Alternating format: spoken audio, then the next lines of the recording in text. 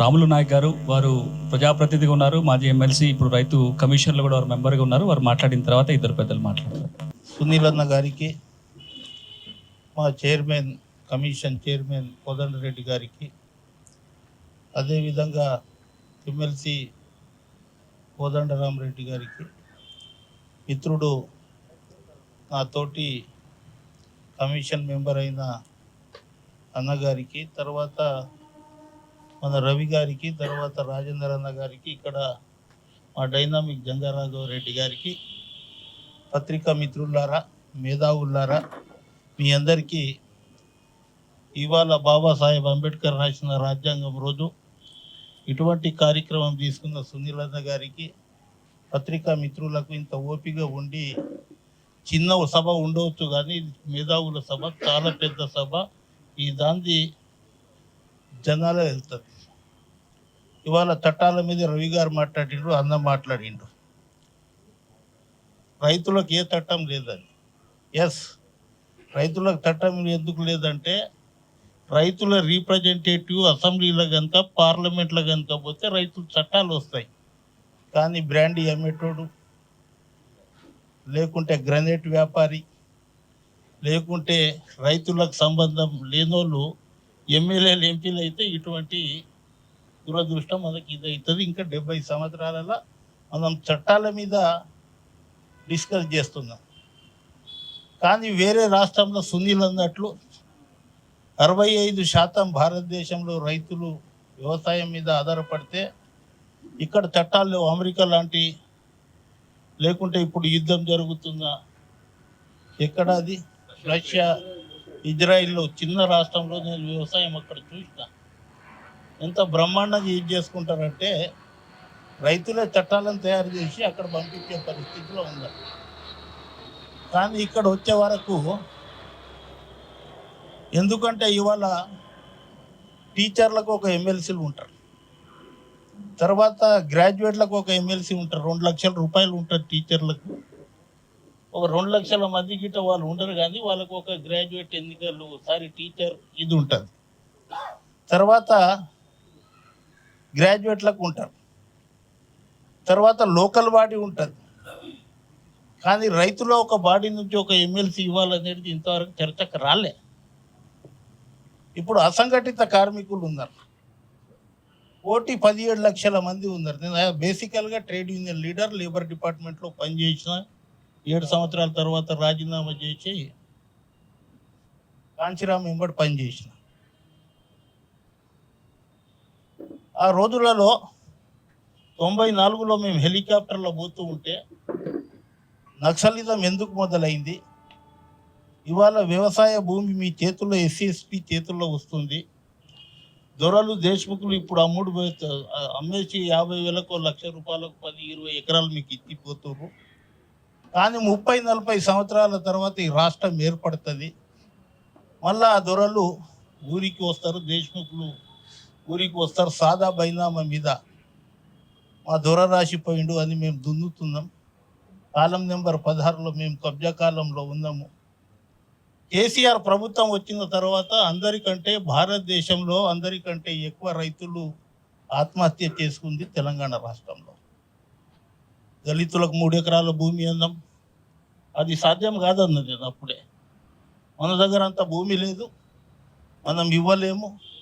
గిరిజనులకు అందరూ, మీరు దళితులకే సరిగ్గా ఇయ్యినప్పుడు ఇంకా గిరిజనులు ఇంకో ఎవరికి ఇచ్చే పరిస్థితిలో ఉండదు. ఏ రోజు ధరణి అయితే తీసుకొచ్చారో ఆ రోజు నేను, ఇంకా నాకు 2 సంవత్సరాలు ఉండే పదవి కాలం. ఎవరన్నా ఒక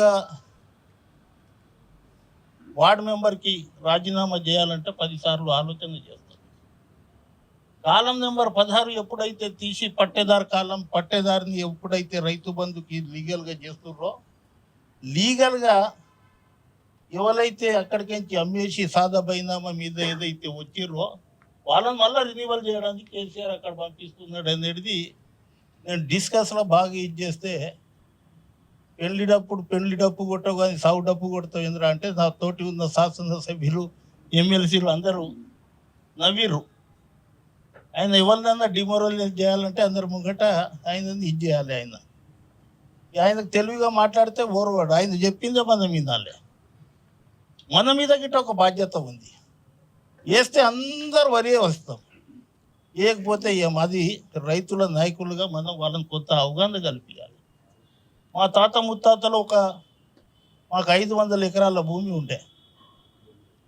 నిజాం షుగర్ ఫ్యాక్టరీ దగ్గర, శక్కర్ నగర్ దగ్గర మా తాత 100 ఎకరాల చెరుకు వేస్తుండే.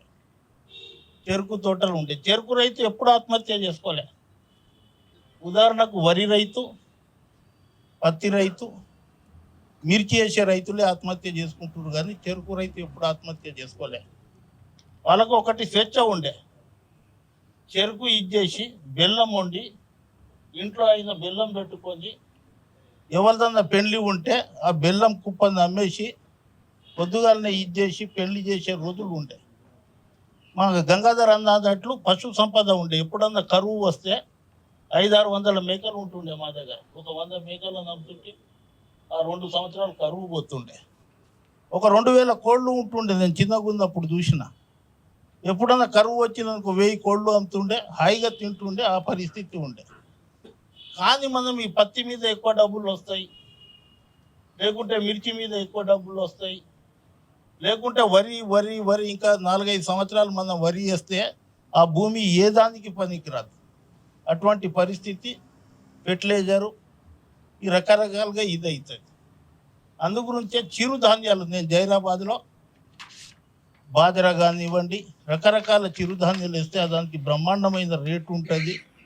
ఏ పంట వేస్తే ఎంత మనకు లాభం జరుగుతుంది అనేది రైతులకు ఒక అవగాహన కల్పిస్తే, మన కమిషన్ మీద బాధ్యత ఉందన్న అది మనం తప్పకుండా కమిషన్ మొత్తం మనం తక్కువ ఉండవచ్చు, కానీ కమిషన్ కొత్తది, కానీ పవర్ఫుల్ కమిషన్ ఇది. నేను ముఖ్యమంత్రితో మాట్లాడినప్పుడు నేను ఎమ్మెల్సీని తీసుకుపోయి నాకు అందులో వేసినామంటే రామరత్న నీ అటువంటి వాళ్ళు ఉండాలి, కేసీఆర్ నుంచి వచ్చినాం. ఆ కమిషన్ చాలా పెద్దది. మన దగ్గర చాలా పెద్ద బాధ్యత మన ముఖ్యమంత్రి ఇచ్చిండు. మనం రైతుల దగ్గర ఎంత పోతే రైతుల గురించి ఎంత ఇది చేస్తే అంత బాగుంటుంది. మేము కమిషన్ ద్వారా గిట్ట ప్రతి 3 నెలలకు ఒకసారో 2 నెలలకు ఒకసారో రివ్యూ పెట్టుకొని అన్ని జిల్లాలు తిరిగి ఎంత భూమి ఉంది, ఎవరు ఏ పంటలు వేస్తున్నారు, ఏ విధంగా మనం ఇది చేసుకోవాలనే ఉద్దేశంతో జిల్లాల అవగాహన సదస్సులు, కలెక్టర్లతోటి రివ్యూలు, తర్వాత అగ్రికల్చర్ సంబంధించిన అధికారులు. ఇప్పుడు అగ్రికల్చర్ యూనివర్సిటీలో మంచి విత్తనాలు ఇచ్చేస్తారు, కానీ ప్రైవేట్ వాళ్ళ దగ్గర విత్తనాలు అమ్ముడుపోతాయి, కానీ ఇక్కడ ప్రచారం లేదు, విత్తనాలు ఎవరు తీసుకోరు. ఇటువంటిది మనం బాగా చేయాలి. అగ్రికల్చర్ యూనివర్సిటీ కానివ్వండి, హార్టికల్చర్ కానివ్వండి, ఏదైతే పంటలు పండుతాయో. నిజాం షుగర్ ఫ్యాక్టరీ ఆ రోజులలో నేను చెప్పొద్దు, కానీ నిజాం షుగర్ ఫ్యాక్టరీ ప్రైవేటీకరణ అయితే నెత్తురు ఏర్లై పారుతుంది అన్నాం తెలంగాణ మూమెంట్లో. నేను దగ్గర ఉండి సూట్ కేసులు బారిన రోజులు చూసిన. అటువంటి నిజాం షుగర్ ఫ్యాక్టరీని మనం ఒక 100 కోట్లు ఇచ్చినాం మన ముఖ్యమంత్రి. అటువంటి నిజాం షుగర్ ఫ్యాక్టరీని కొన్ని చెరుకుకు సంబంధించిన ఫ్యాక్టరీలు కనుక ఇస్తే కొంత రైతులు మళ్ళీ చెరుకు దిక్కు జైరాబాద్ కానివ్వండి, నారాయణఖేడ్ కానివ్వండి, నిజామాబాద్ కానివ్వండి, ఇటువంటి జాగాల బెల్లము, ఎప్పుడు బెల్లం అయితే నిషేధం చేస్తారో అక్కడ చీప్ లిక్కర్ వస్తున్నది గట్టిగా మాట్లాడింది నేను. ఆ రోజు బెల్లంని బంద్ చేసి, బెల్లంని నిషేధించి కొన్ని 100,000 కోట్ల రూపాయలు లిక్కర్ వాళ్ళతోటి ప్రభుత్వం తీసుకొని బెల్లాన్ని నిషేధించి చీప్ లిక్కర్ని ఇంట్రడ్యూస్ చేసి, ఆ గుడంబ కంటే చీప్ లిక్కర్ ఇంకా చాలా డేంజర్. అటువంటిది మనం కమిషన్ తరఫున బెల్లం వండుకోవడానికి కానీ, బెల్లం నిల్వ ఒక గుడంబాని ప్రచారం చేస్తారు, కానీ బెల్లంతో పాశం వండుకుంటుంటే, సిమెంట్ ఫ్యాక్టరీలో పనిచేసేటోళ్ళకి ఇంత బెల్లం ఇస్తుంటే, ఇంకా దుమ్ముల తిరిగి వస్తే ఇంత బెల్లం తింటే దానికి ఇదైతుండే, క్లియర్ అవుతుండే, ఊపిరితిత్తులు ఇది ఉంటుండే. కానీ బెల్లం పోయి ఇప్పుడు మొత్తం చక్కెర అనే వరకు షుగర్ కానీ, బీపీ కానీ రకరకాలుగా ఇదవుతుంది, అనారోగ్యానికి గిట్ట ఇదవుతుంది అనే ఉద్దేశంతో ఇవాళ మా మిత్రుడు, నేను టీవీలలో చూస్తూ ఉంటుంటే, నేను పని లేదు అన్ని చట్టాలు ఫ్రీ చెప్తే ఎవరు వస్తారు, ఇటువంటి వకీళ్ళు చచ్చిపోతారు అని 7 నుంచి 8, 6 నుంచి 7 వరకు వస్తుండే. నేను గిట్ట అవి చూసుకొని ఇప్పుడు, ఎందుకంటే పొడు భూములు ట్రైబల్ ఏరియాలో తర్వాత గ్రీనరీ అని, తర్వాత వాళ్ళు పోడు భూములను కానీ ఇవన్నీ అటవీ భూములను కొంత నరుక్కొని ఇది చేసే వరకు హరితహారం పేరు మీద గుంజుకునేటప్పుడు మీరు చెప్పిన కొన్ని మాటలు కలెక్టర్కి ఆర్డీఓకి రాసేసి కొంత అవి కలెక్టర్కి కానీ ఆర్డీఓకి ఇచ్చి వాళ్ళు కనుక ఇది చేయకపోతే కోర్టుకు పోయి స్టే తీసుకొని అక్కడ భూమి మీద రానియకుంటే, ఎందుకంటే మనం ఎక్కువ ఉండవచ్చు, ఎక్కువ తెలివి ఉండవచ్చు, కానీ మనకంటే తక్కువ ఉందో గిట్ట వాళ్ళ తెలివిని గిట్ట మనం తీసుకోవాల్సిందిగా. మరియు మాకు ఇటువంటి కార్యక్రమం పెట్టిన ఇవాళ చాలా మంచి రోజు. తప్పకుండా వ్యవసాయం మీద, రైతుల మీద రేపు కమిషన్ గిట్ట ఒక తీర్మానం చేస్తుంది. వాళ్ళ గిట్ట రైతుల్లో ఒక రిప్రజెంటేటివ్ కనుక ఉంటే, అసంఘటిత కార్మికుల ఒక రిప్రజెంటేటివ్ ఉంటే వారి యొక్క సమస్య ఇప్పుడు రవీంద్ర అటువంటి వాళ్ళు కౌన్సిల్లో కూర్చుండి అనుకోండి, చర్చ వస్తుంది, చర్చ జరుగుతుంది, ఆ దాని మీద ఇది జరుగుతుంది. ఎవరో తీసుకొచ్చి ఎవరిలో పెడితే రైతుల గురించి గిట్టుబాటు ధర తెలియదు, ఎంఎస్పి రేటు తెలియదు, ఎంత యూరియా వేయాలనో తెలియదు. అట్లా రకరకాలుగా ఇది ఉంటుంది. అందు గురించే మనం అవగాహన సదస్సు కల్పించాలి. మిత్రులు ఇవాళ మంచి ప్రోగ్రాం. మీ అందరికీ ధన్యవాదాలు తెలుపుతూ సెలవు తీసుకుంటున్నాను.